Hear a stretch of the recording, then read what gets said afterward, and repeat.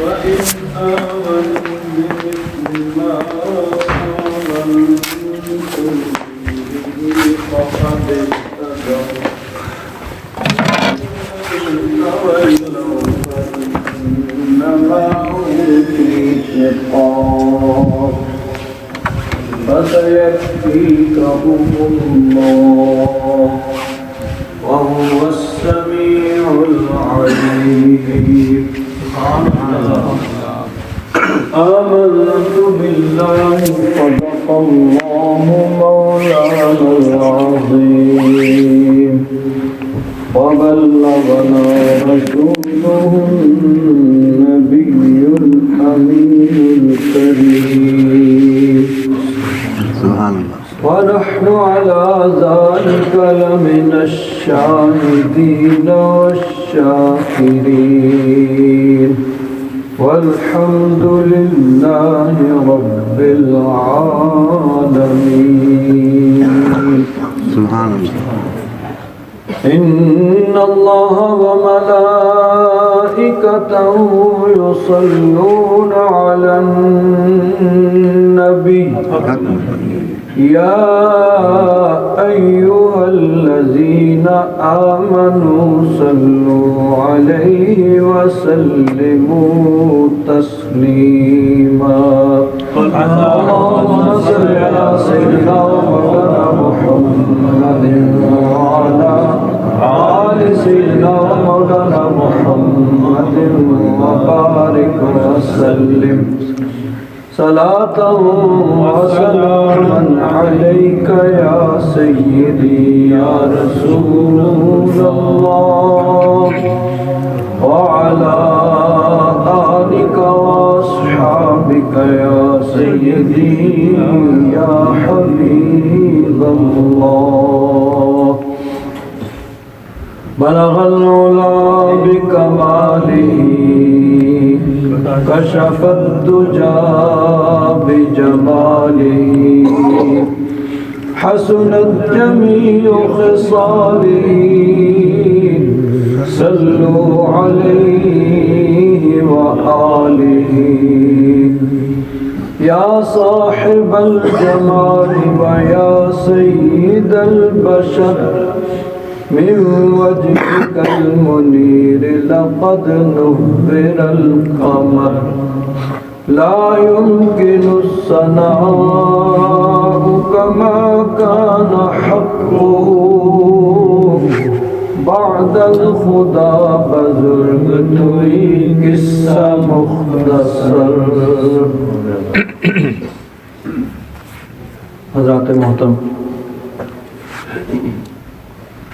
آیہ مبارکہ سورہ البقرہ کی پہلے سپارے میں سے جو آپ حضرات کے سامنے تلاوت کی ہے، اس کے ضمن میں گزشتہ جمعہ میں نے آپ حضرات کے سامنے یہ عرض کیا تھا کہ اللہ تبارک و تعالیٰ نے نبی کریم صلی اللہ علیہ وسلم کے صحابہ کرام کے ایمان کو آئیڈیل قرار دیا، معیار قرار دیا کہ میری بارگاہ میں ایسا ایمان مقبول ہے جیسا ایمان میرے محبوب کے صحابہ کا ہے، جس کا ایمان ان جیسا ہوگا، جس کے عقائد و نظریات و اعمال ان جیسے ہوں گے، وہ میری بارگاہ میں قبول ہوگا، اور اگر اس سے ہٹے گا تو پھر میری بارگاہ میں اس کے لیے کوئی جگہ نہیں ہے. اور اس کے ضمن میں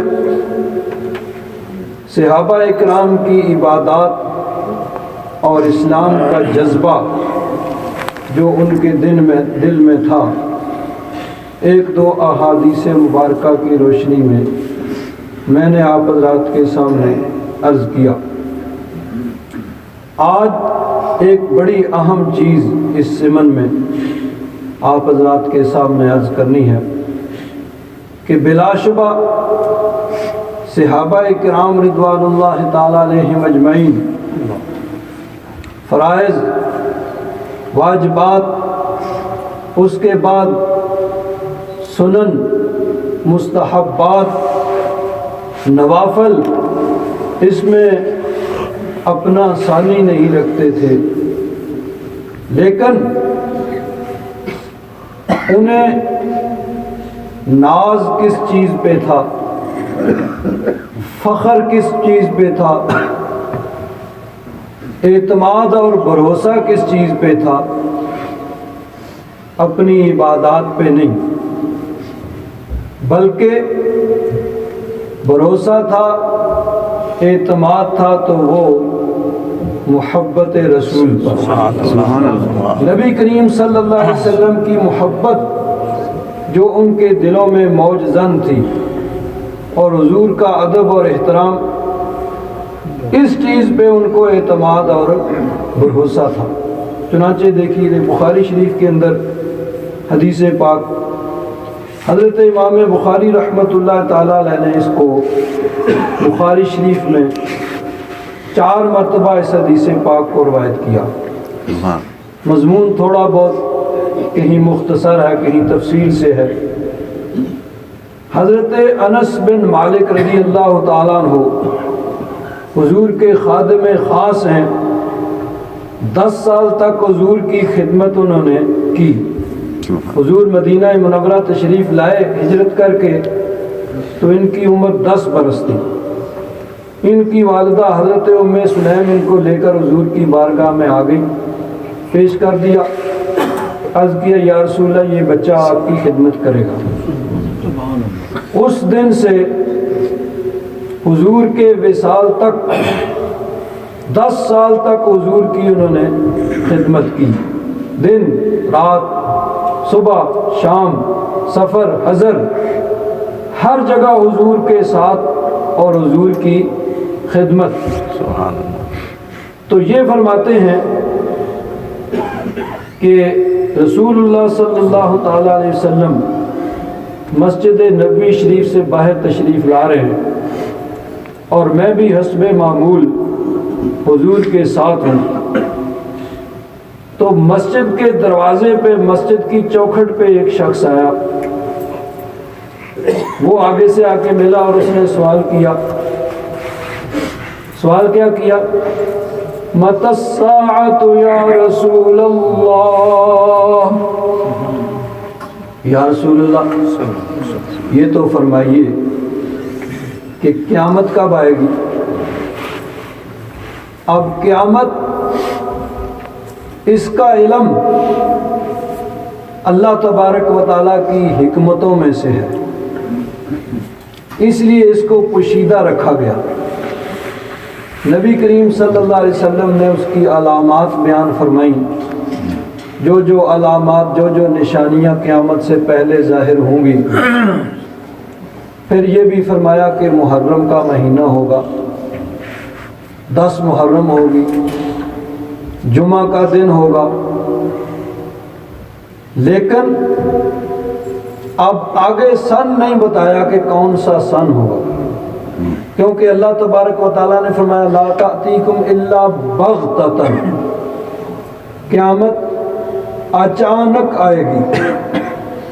اب اگر 7 سن بھی بتا دیا جاتا تو حساب لگا کے آج بھی ہم کہتے بھئی 1 سال رہ گیا، یا 10 سال، 20 سال، 100 سال، 1000 سال کتنے رہ گئے، ہر آدمی جان سکتا تھا۔ تو پھر وہ بغتتاً یعنی اچانک نہ رہ جاتی، اس لیے نبی کریم صلی اللہ علیہ وسلم نے اس کی نشانیاں تو بتائیں، دن بھی بتا دیا، مہینہ بھی بتا دیا، لیکن سال نہیں بتایا، کیونکہ حکمت الہی یہ تھی۔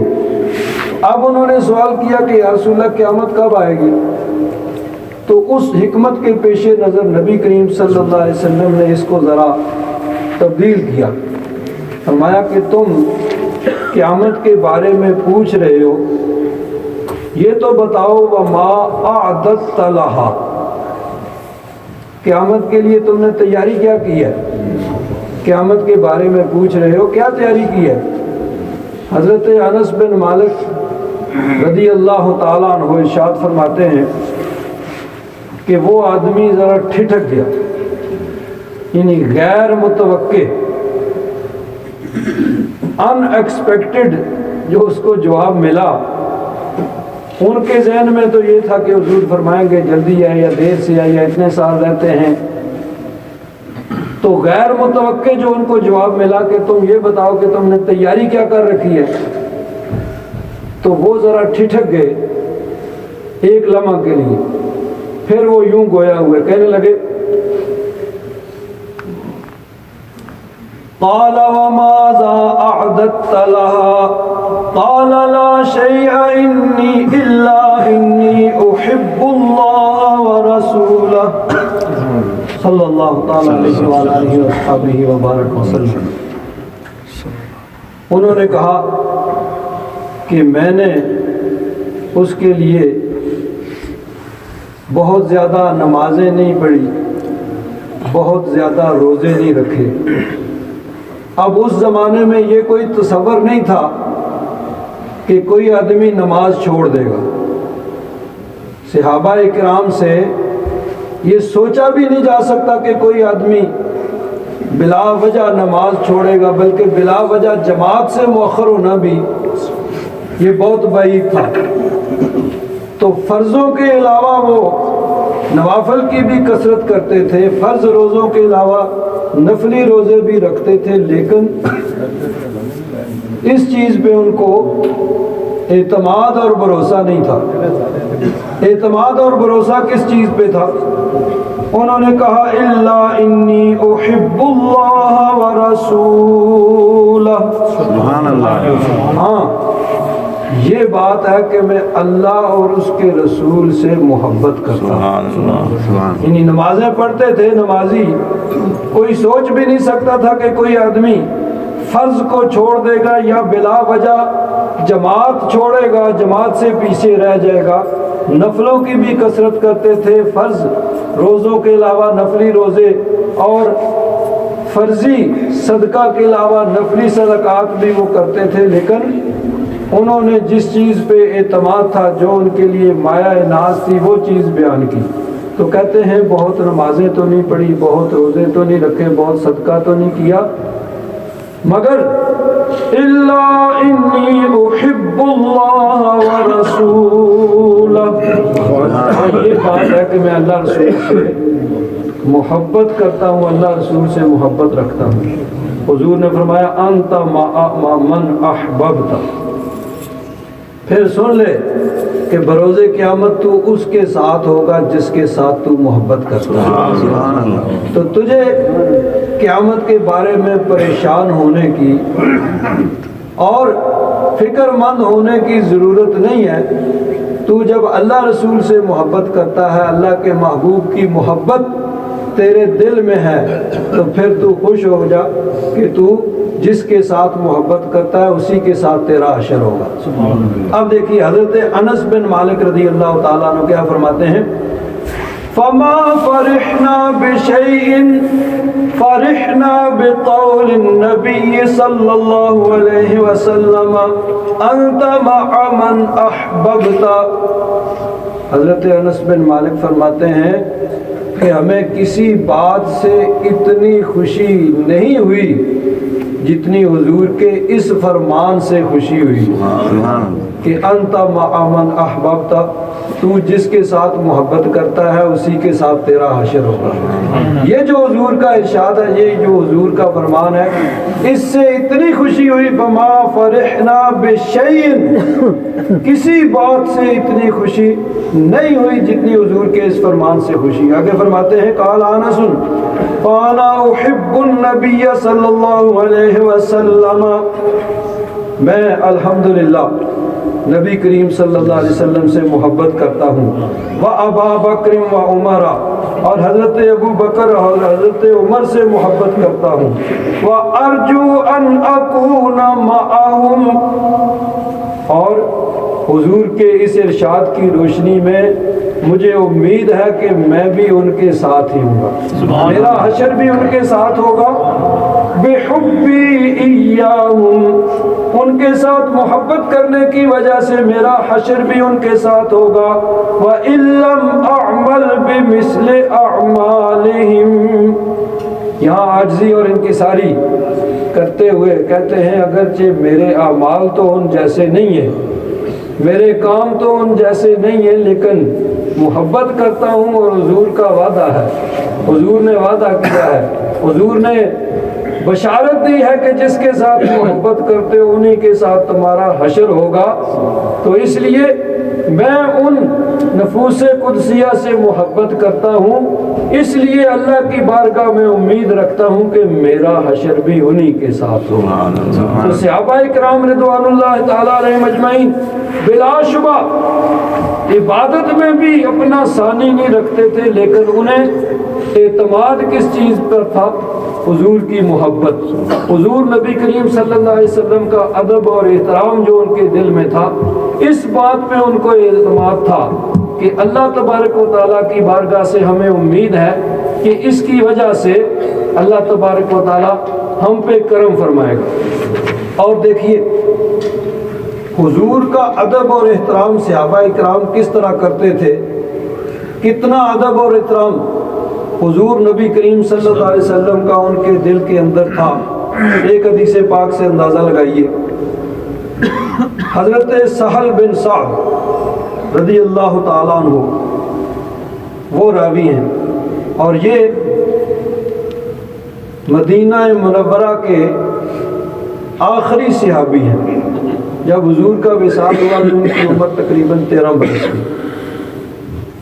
تو مدینہ منورہ میں آخری صحابی یہ ہے, ان کا وصال ہوا تو مدینہ شریف صحابہ سے خالی ہو گیا.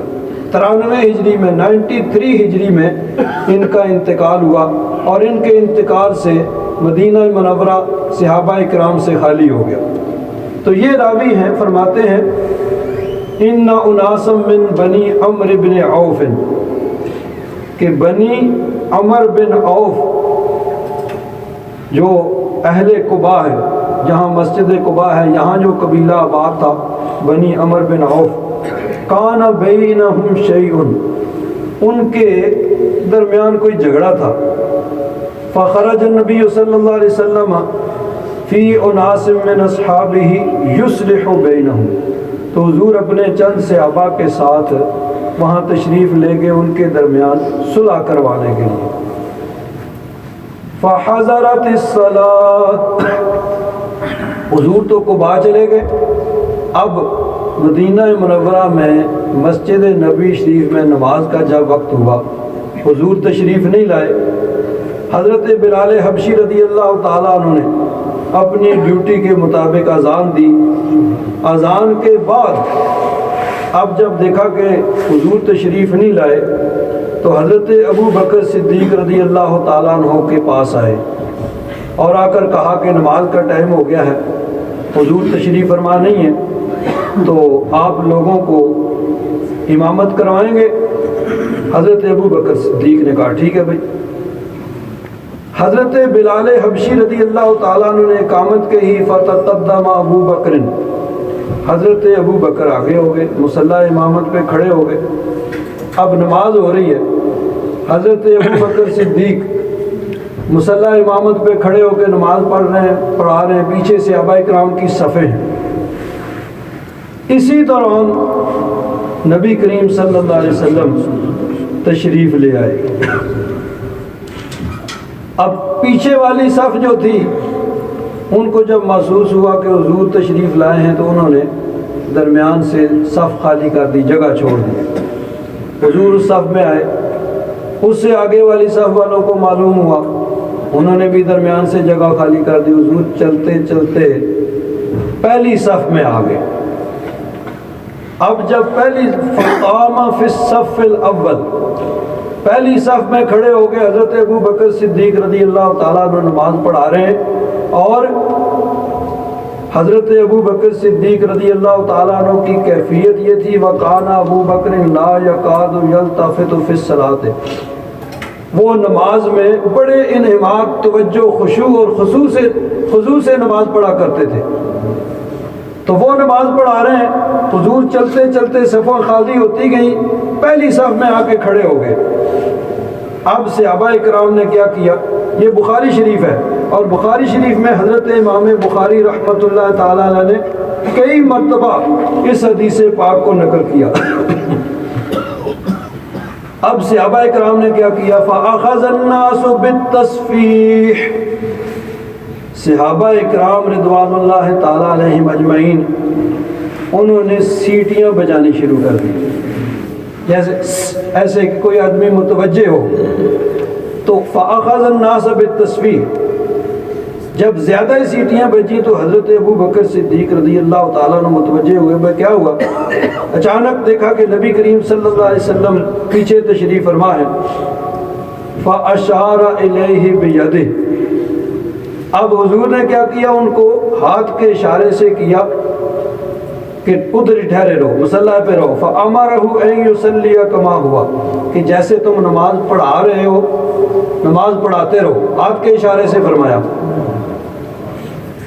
فَرَفَعَ أَبُو بَكْرٍ يَدَهُ فَحَمِدَ اللَّهَ ثُمَّ رَجَعَ الْقَهْقَرَى وَرَاءَهُ حَتَّى دَخَلَ فِي الصَّفِّ، حضور کے اس حکم پہ کہ اپنے مصلی پہ کھڑے رہو، حضرت ابو بکر صدیق رضی اللہ تعالیٰ عنہ نے اللہ تعالیٰ کی حمد و ثنا کی، لیکن پیچھے ہٹے۔ قہقرہ ہوتا ہے الٹے پاؤں پیچھے کی طرف، الٹے پاؤں پیچھے آئے اور صف میں آگے۔ نبی کریم صلی اللہ علیہ وسلم آگے تشریف لائے، لوگوں کو نماز پڑھائی۔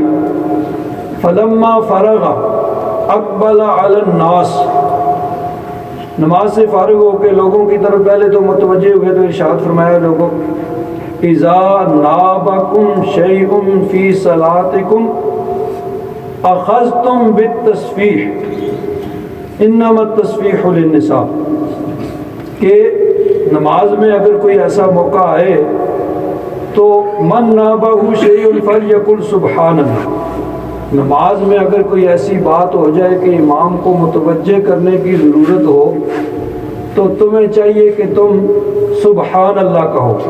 جب سبحان اللہ کہو گے تو امام متوجہ ہو جائے گا، بھئی کوئی وجہ ہے، کوئی غلطی ہوئی ہے، کہیں پہ کوئی بات ہے۔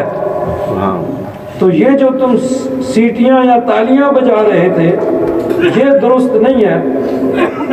انما التسبیح للنساء، تسبیح جو ہے نا، سیٹی بجانا یا تالی بجانا، یہ عورت کے لیے ہے، یعنی عورت بھی اگر نماز میں شامل ہو۔ یہ یاد رکھیں کہ نبی کریم صلی اللہ علیہ وسلم کے زمانہ مبارکہ میں عورتیں بھی نماز کے لیے مسجد نبوی شریف میں آتی تھیں، اور ایک ہی حال تھا مسجد نبوی شریف کا، اسی حال کے اندر آگے مردوں کی صفیں ہوتی تھیں اور پیچھے عورتوں کی صفیں ہوتی تھیں۔ تو عورتیں بھی عام نمازوں میں، یعنی ہر نماز کے اندر عورتیں مسجد نبوی شریف میں آتی تھیں۔ بعد میں پھر زمانے کی ضرورت کے مطابق حضرت فاروق اعظم رضی اللہ تعالیٰ عنہ انہوں نے عورتوں کو روک دیا، منع کر دیا کہ اب زمانے کے حالات ایسے نہیں ہیں۔ تو آج بھی اگر کہیں ایسی جگہ باپردہ باوقار جگہ ہے مسجد کے اندر عورتوں کے لیے تو عورتوں کے مسجد میں آنے میں کوئی حرج نہیں ہے، وہ یعنی جمعہ ہو یا کوئی اور موقع ہو یا نماز میں بھی عورتوں کے جماعت میں شامل ہونے میں کوئی حرج نہیں ہے، لیکن اس کے لیے شریعت مطہرہ کی ضروری ہے کہ شریعت مطہرہ کے احکام کو مد نظر رکھا جائے۔ تو اس زمانے میں تو اسی حال کے اندر پیچھے عورتوں کی بھی صفیں ہوتی تھیں۔ تو نبی کریم صلی اللہ علیہ وسلم نے فرمایا کہ اس طرح تالی بجا کے یا سیٹی بجا کے متوجہ کرنا یہ تو عورتوں کا کام ہے، مرد جو ہے اس کو چاہیے کہ سبحان اللہ کہے تاکہ امام کو پتہ چل جائے بھئی کوئی وجہ ہے، کوئی غلطی ہوئی ہے۔ یہ تو ان کی اصلاح فرمائی۔ اب نبی کریم صلی اللہ علیہ وسلم حضرت ابو بکر کی طرف متوجہ ہوئے اور ارشاد فرمایا، ما منعک حین اشرت الیک لم تصلی بالناس، حضور نے فرمایا جب میں نے اشارہ کیا تھا کہ تم مصلی پہ رہو تو پھر تم مصلی پہ کیوں نہیں رہے اور کیوں نہیں لوگوں کو نماز پڑھائی، کیوں پیچھے آ گئے؟